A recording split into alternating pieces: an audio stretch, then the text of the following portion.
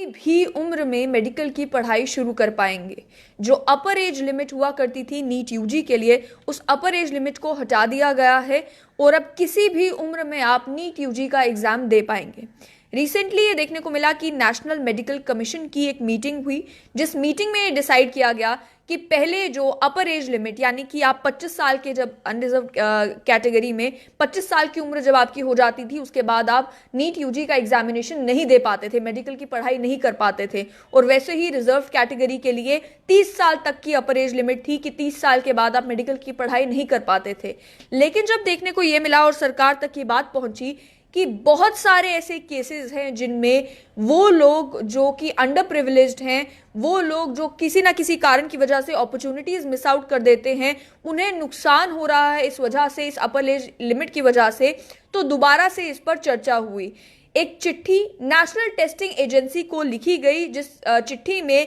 NMC के secretary doctor Pulkesh Kumar ने ये कहा कि चौथी जो एनएमसी की मीटिंग हुई, यानी कि नेशनल मेडिकल कमीशन की मीटिंग हुई, उसमें यह डिसाइड किया गया है कि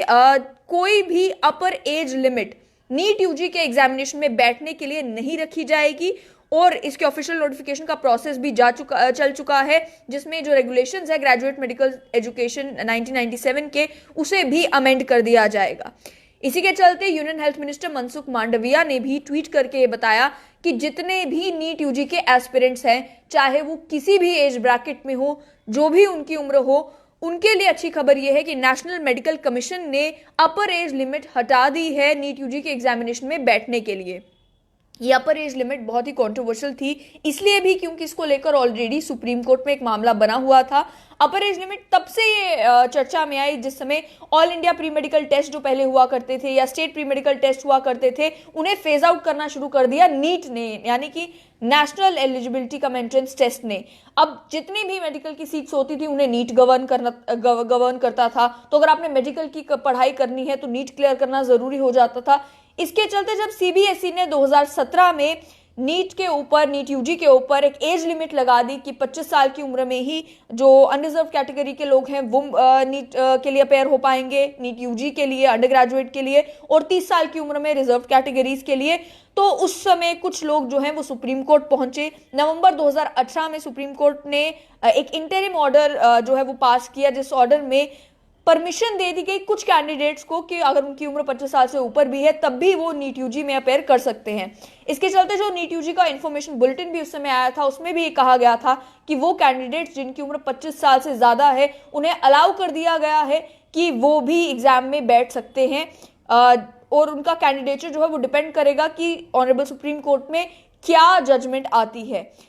लेकिन जो टेस्ट हुआ करते थे नीट के आने से पहले, चाहे All India pre medical test हो, उसमें भी एक 25 साल की एज लिमिट हुआ करती थी, लेकिन जो स्टेट के प्री मेडिकल टेस्ट होते थे उसमें कोई भी अपर एज लिमिट नहीं होती थी। इसके चलते जब नीट ने सभी सीट्स को गवर्न करना शुरू कर दिया तो एक ही क्राइटेरिया किस तरीके से जो है वो अप्लाई होना शुरू हो जाए, इसको लेकर कई सारे पिटिशनर्स ने सवाल खड़ा किया और ये कहा कि कई सारी महिलाएं हैं और कैंडिडेट्स अंडर प्रिविलेज बैकग्राउंड के हैं जिनका टाइम टेबल आम लोगों की तरह नहीं होता। कुछ लोग स्कूल लेट पहुंचते हैं, कुछ लोग अपनी पढ़ाई किसी ना किसी वजह से उन्हें छोड़नी पड़ती है बीच में, फिर वो दोबारा कंटिन्यू करते हैं। इसकी वजह से उनका मौका ही चला जाएगा मेडिसिन की पढ़ाई करने का अगर इस अपर एज लिमिट को रखा गया तो।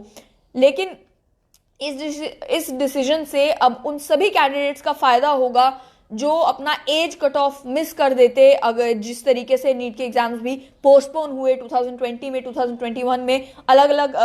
सालों में, पिछले दिनों कोविड की वजह से कई सारे एग्जामिनेशंस पोस्टपोन हुए। जो लोग अपनी एज लिमिट,